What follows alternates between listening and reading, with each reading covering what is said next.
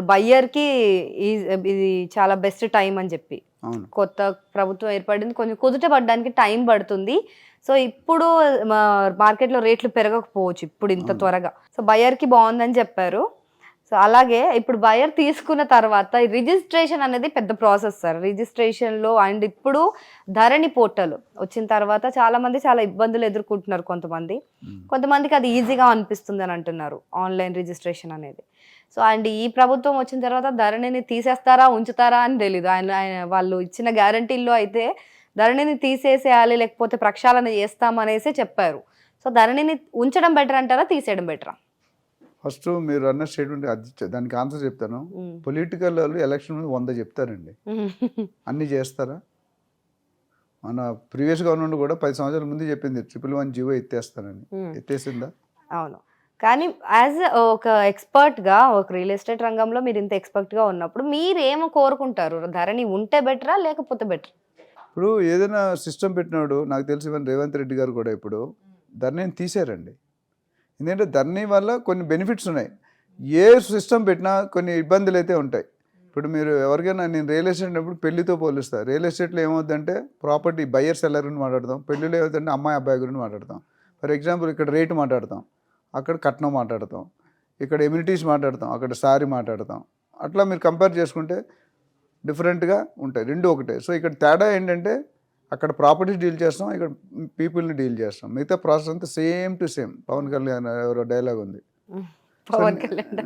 So నేనేమంటానంటే ఈ కొత్త గవర్నమెంట్ వచ్చినందువల్ల నాకు తెలిసి నాకున్న ఒపీనియన్ ప్రకారం ధరణి అనేది ప్రస్తుతానికి ఉంచుతారు. ఇప్పుడు రన్ అవుతుంది, ఇబ్బందులు అనేది వస్తుంది, ఎంత పర్సంటేజ్ ఇబ్బంది వస్తుంది, ఎంత సక్సెస్ అవుతుంది అనేది మనం చూసుకోవాలి. డీటెయిల్స్కి వెళ్తే అనలిటిక్స్లో అది సపరేట్గా వేరే సబ్జెక్ట్లో మాట్లాడదాం. ఇక్కడికి వచ్చేసరికి ఏమవుతుందంటే మేబీ ఇప్పుడు ప్రజాభవన్ అని ఎలా మార్చారో అట్లా చేంజ్ చేసే అవకాశం ఉంది.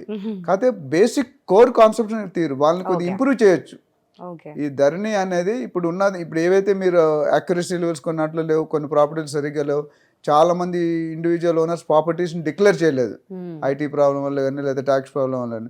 ఇవి కొద్దిగా అప్డేట్ చేసుకొని ఇంకో పేరు పెట్టుకుంటే పెట్టుకోవచ్చు. ఇప్పుడు ఒకప్పుడు రాజీవ్ గాంధీ ఉంటే తర్వాత ఏదో మార్చి ఎన్టీ రామారావు పెడతారు, ఎన్టీ రామారావు ఇంకోటి ఏదో పెడతారు రాజశేఖర్ రెడ్డి. అది మనం ఏం చేయలేం. బట్ కోర్ ఐడియా ఏంటంటే రెవెన్యూ కావాలి గవర్నమెంట్కి. దేనివల్ల వస్తుంది, ఎంత కంఫర్ట్ ఉంటే ఎంత ఈజీగా ఉంటే మీకు అంత అన్ని రిజిస్ట్రేషన్ ఎక్కువ అవుతాయి, అంత ఫాస్ట్గా అవుతుంది, అంత ఫాస్ట్గా డబ్బు కావాలి. ఇప్పుడు ఎందుకంటే గవర్నమెంట్ అప్పుల్లో ఉంది, లక్షల కోట్లు అప్పుల్లో ఉన్నాయి. పైకి రావాలంటే రియల్ ఎస్టేట్ మేజర్ ఇన్కమ్. లక్కీగా రేవంత్ రెడ్డి గారు రియల్ ఎస్టేట్ అనుభవం ఉంది కాబట్టి ఈ can do much better than the previous government. చేయాలనుకుంటే డెఫినెట్గా ఆయన చేస్తారు కూడా, చేస్తారని నమ్మకం ఉంది అందరికీ. అది ఎంత స్పీడ్గా వెళ్తుంది, ఎలా వెళ్తుంది అని మనం వెయిట్ అండ్ వాచ్. సో ధరణిలో నాకు తెలిసి తీసేస్తారు అనుకునేది 100% మేబీ నాట్ బి యాక్సెప్టబుల్. డెఫినెట్గా ఈ 6 months to 1 yearలో సెంట్రల్ ఎలక్షన్ అయిన దాకా ఏం మార్చకపోవచ్చు, ఇది ఒక ప్రెడిక్షన్ మాత్రమే. సెంట్రల్ ఎలక్షన్ అక్కడ ఇప్పుడు సెంట్రల్లో బీజేపీ వస్తే ఒకలా ఉంటుంది, కాంగ్రెస్ వస్తే ఒకలా ఉంటుంది, ఇంకో ఎన్డీఏ యునైటెడ్ వస్తే వేరే ఉంటుంది. సో 3 దానికి డిఫరెంట్ ఉంటాయి. లీడర్ మారగానే స్టైల్ మారుతుంది. ఇప్పుడు ప్రైవేట్ కంపెనీస్లో సాఫ్ట్వేర్ కంపెనీస్ కానీ ఏమైనా సీఈఓ మారను ఆ టీం మారిపోతారు, ఎంటైర్ టీమ్ విల్ కొలాప్స్. కొత్త సీఈఓ వచ్చి కొత్తవన్నీ పెట్టుకుంటాడు. సో అట్లా కొత్త గవర్నమెంట్ వచ్చినప్పుడు ఇప్పుడు ఐఏఎస్ అందరూ మారిపోతారు, ఐపీఎస్ అందరూ మారిపోతారు, ఎలక్షన్ కమిషన్ అందరూ మారుతారు. ఇప్పుడు మనకి నమ్మకం వాళ్ళమే పెట్టుకుంటాం. ఇప్పుడు ఎర్లియర్ గవర్నమెంట్ ఉంది, అక్కడ వేరేగా ఉంది, ఇక్కడ వేరేగా ఉంది. సో ఇండివిజువల్గా మనం చెప్పలేం. కాబట్టి ఈ ధరణి అనేది ఇట్స్ ఏ పాజిటివ్ ఫ్యాక్టర్ అని నేను అనుకుంటున్నాను. కొన్ని ప్రాపర్టీస్ కొన్ని ఇబ్బందులు అది తొలగించాలి, దాని మీద కొత్త గవర్నమెంట్ వర్క్ చేసి కొన్ని మార్పులు చేర్పులు చేసి మేబీ వీలైతే పేరు మార్చొచ్చు. అదే ఉంటుంది, ఇంకేదో పెడతారు, ధరణి బదులు బర్నీ అని పెట్టవచ్చు, ఏదో పేరు పెడతారు. But the system remains same. ఎందుకంటే పబ్లిక్కి రిజిస్ట్రేషన్లు పెరిగినాయి, వాల్యూ పెరిగింది, ఇన్కమ్ పెరిగింది, ఇన్ఫ్లో పెరిగిందని ఎవరు ఒప్పుకుని మీకు డబ్బులు వస్తే ఇప్పుడు ఇక్కడే మీకు 2 లక్షల శాలరీ వదిలి వెళ్తారా? మీరు వెళ్ళారు కదా. రైట్. సో అలాగే ఇప్పుడు ధరణి ఉంటే బాగుంటుందని మీరు చెప్పకనే చెప్పేశారు. మొత్తానికి అయితే ధరణి ఉండాలి, కానీ కొన్ని చేంజెస్ ఏదైనా దానిలో లూప్ హోల్స్ ఏమన్నా ఉంటే చేంజ్ చేయమన్నారు. ఎంతో కష్టపడి కొంటారు సార్, డబ్బులు పెడతారు, సేవ్ చేసుకొని ఇన్వెస్ట్ చేయాలని చెప్పి ఇష్టంగా పెడతారు. పెట్టిన తర్వాత రిజిస్ట్రేషన్ దగ్గరకు వచ్చేసరికి అదో పెద్ద తలనొప్పి అందరికీ. సో రిజిస్ట్రేషన్ చేసేటప్పుడు దానికి పెద్ద ఖర్చు కూడా ఎక్కువ అయిపోతుంది, టైము ఇన్వెస్ట్ చేయాల్సి వస్తుంది, ప్రాసెస్ పెద్దగా ఉంటుంది. సో ఇవన్నీ పెట్టుకొని ఆర్బీఐ రిజిస్ట్రేషన్ కి పరంగా దాని ఖర్చుకి సంబంధించి ఒక కొత్త ఏదో పాలసీ తీసుకొచ్చిందంటే ఏంటది? The latest update, actually, it's very useful to the real estate segment and especially the buyers. ఎందుకంటే అంతకుముందు లోన్ సపోజ్ నేను 5 కోట్ల ప్రాపర్టీ కొంటున్నాను, 5 కోట్లు నా దగ్గర ₹1 కోటి ఉంది, లేకపోతే ₹1,25,00,000 ఉంది, మిగతా ₹3,75,00,000 లోన్ తీసుకునేవారు. 5 కోట్లు సెట్ అయిపోయింది, దానికి ఏది ఇన్వెస్ట్మెంట్ ఇన్స్టాల్మెంట్ కడతాం. కానీ ఇప్పుడు కూడా ల్యాండెడ్ కాస్ట్ ఉంటాం, రియల్ ఎస్టేట్ భాషలో ల్యాండెడ్, ఏదైనా ల్యాండెడ్ కాస్ట్ అంటే మన చేతికి చివరికి వచ్చేసరికి ఎంత కాస్ట్ అవుతుంది. ఇప్పుడు మనం కార్ కొనుక్కున్నాం, బేసిక్ ప్రైస్ 6 లక్షలు అంటాడు, బయటకు వచ్చేసరికి 7 లక్షలు అవుతుంది. ఇంటీరియర్స్ కానీ, డిజైన్ కానీ, టేప్ రికార్డర్ కానీ, సీట్ కవర్లు కానీ, అట్లా చాలా రకాలు ఉన్నాయి. సో అట్లా రియల్ ఎస్టేట్లో కూడా ల్యాండెడ్ కాస్ట్ చూసుకోలేదు. ఇప్పుడు ఆర్బీఐ ఏం చెప్పిందంటే ప్రజలు ఎక్కడ ఇబ్బంది పడుతుంది, 5 కోట్లు సెట్ అయిపోయింది, లేకపోతే రిజిస్ట్రేషన్ 7.5% అంటే 35-40 లక్షలు రిజిస్ట్రేషన్ కాస్ట్. తర్వాత ఇంటీరియర్స్ ఇది ఒక 50 లక్షలు అయిపోయింది కదా. మరి ఈ 50 లక్షలు ఎవరు ఇస్తారు? అప్పటికే ఆయన చేతులు అయిపోయి ఇల్లు చేసి చూడు, ఇల్లు కట్టి చూడు, పెళ్లి చేసి చూడు అనేది. ఫస్ట్ ఇల్లు కొన్నప్పటికే మెజారిటీ 100కి 99 మంది చేతుల్లో డబ్బులు ఉండవు, లాస్ట్ దిగే టైంకి ఏం ఉండవు, బీక్ మాంగే స్టేజ్లోకి వచ్చేస్తాం ఇల్లు కట్టి.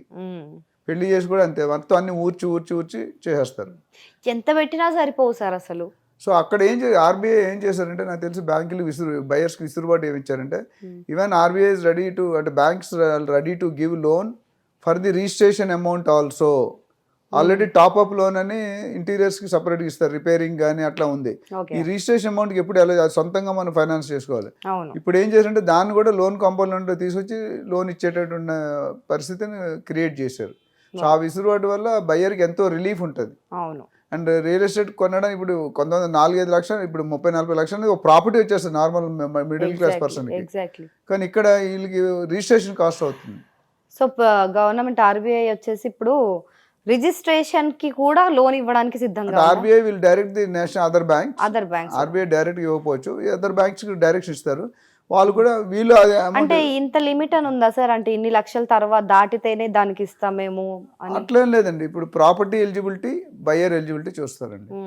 బయ్యర్కి ఎలిజిబిలిటీ ఎలా వస్తుంటే లోన్ మీకున్న ట్రాక్ రికార్డు, మీకున్న సిబిల్ రేటింగ్, మీకున్న బ్యాంక్ ట్రాక్ చూసుకొని మీకు ఎలిజిబిలిటీ క్రైటీరియా తెలుసుకోవాలి. ఏ బయ్యర్ అయినా ఫస్ట్ చేయాల్సిన ప్రాపర్టీ కొనడానికి వెళ్ళేటప్పుడు నా ఎలిజిబిలిటీ ఎంత. సో బ్యాంక్ వెళ్తే ఎలిజిబిలిటీ చెప్తాడు, నీకు ఇన్ని లక్షలు లోన్ వస్తుంది. దాంట్లో మీది హ్యాండ్లో కొద్దిగా 10-20 ఉంటుంది, క్యాలిక్యులేట్ చేసుకొని చేయాలి. సో రిజిస్ట్రేషన్కి లిమిట్ ఏం లేదండి ప్రస్తుతానికి నాకు తెలిసి. దీన్ని ఎలా పొందాలి సార్? లైక్ ఇప్పుడు మనం డబ్బులు, ఇప్పుడు హౌసింగ్ లోన్ తీసుకుంటాం, అప్లై చేసుకొని బ్యాంక్ వాళ్ళకి ఫోన్ చేసి కన్సల్ట్ అయి తీసుకున్నట్టుగానే మన రిజిస్ట్రేషన్ కి కూడా ఒకటి వాళ్ళు ఇస్తారు, బ్యాంక్ సేమ్ ప్రాసెస్ అందులో యాడ్ చేస్తారు. ఇప్పుడు 50 లక్షలు 40 లక్షలు వస్తే దాన్ని యాడ్ చేసి మీకు లోన్ క్రియేట్ చేస్తారు. సో దాన్ని మొత్తం ఈఎంఐ కలిపేస్తారు. సో మీరు బయటకి ఎక్కడికి వెళ్ళక్కర్లేదు. లేకపోతే 50 లక్షలు అప్పు చేసుకోవాలి మీరు. అవును, లేకపోతే 5 కోట్లు ఖర్చు పెట్టాక మీకు ఇల్లు రాదు.